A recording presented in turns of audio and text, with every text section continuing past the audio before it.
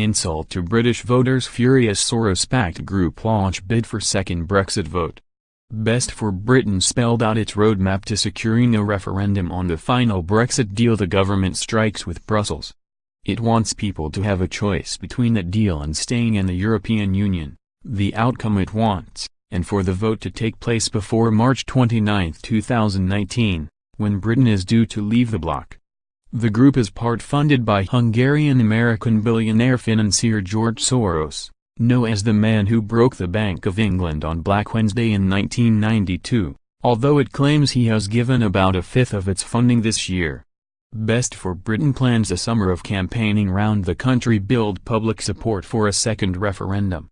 John Longworth, co-chair of Leave Means Leave, reacted furiously to the plot to force through a second Brexit vote. He said, "This delusional campaign, led by billionaire George Soros, is an insult to British voters. To have such a campaign funded by a foreign billionaire is symptomatic of the anti-democratic EU establishment and their bullying tactics. We have had a referendum on the EU and the British people voted to leave.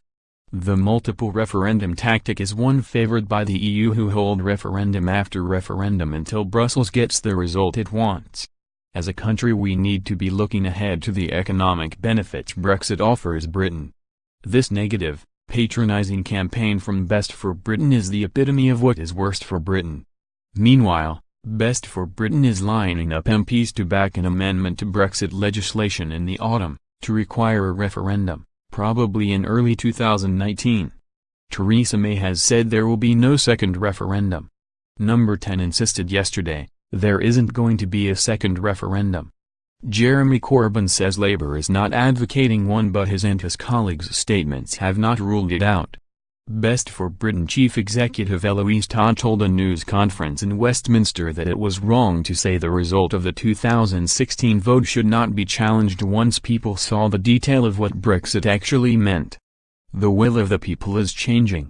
The 48%, who voted Remain in 2016, is now over 50% and rising, she said.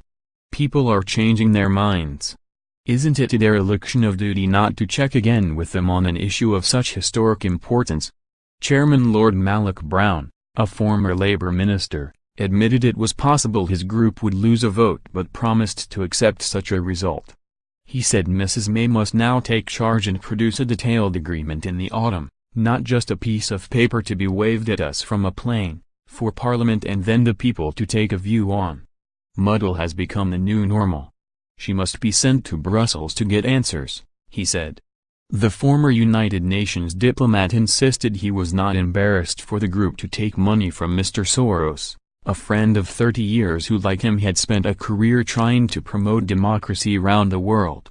Best for Britain had also taken careful legal advice on how it could use money from the non-British donor. In an open letter to voters, Best for Britain warned the political establishment was at risk of sleepwalking the country over the Brexit finish line next March without any clarity over whether the deal will be good for the UK. It says a new referendum can be fought in a less divisive way than 2016 to start healing the splits the first vote exposed and caused. But Lord Malloch Brown had a bad-tempered spat during a telephone interview with talk radio host Julia Hartley-Brewer. His jibe that the pro-Brexit broadcaster was a polemicist, not a journalist, was met with her retort, "You may not think I'm a journalist. I don't think you're a Democrat." Abruptly cutting off the call, the peer replied, "With that, Julia, a pleasure to talk to you. Thank you very much." Ahead of the Best for Britain launch, former Labour MP Gisela Stewart, chairman of pro-Brexit group Change Britain, told a BBC discussion on cabinet Brexit divisions that people were too focused on what ministers said and did. "They have forgotten that the sentiments that led to the vote to leave the EU have not changed," she said. "The public is still settled in its view, and what we found in our polling is that even among those who voted Remain, there is an increased desire for the government now to implement this.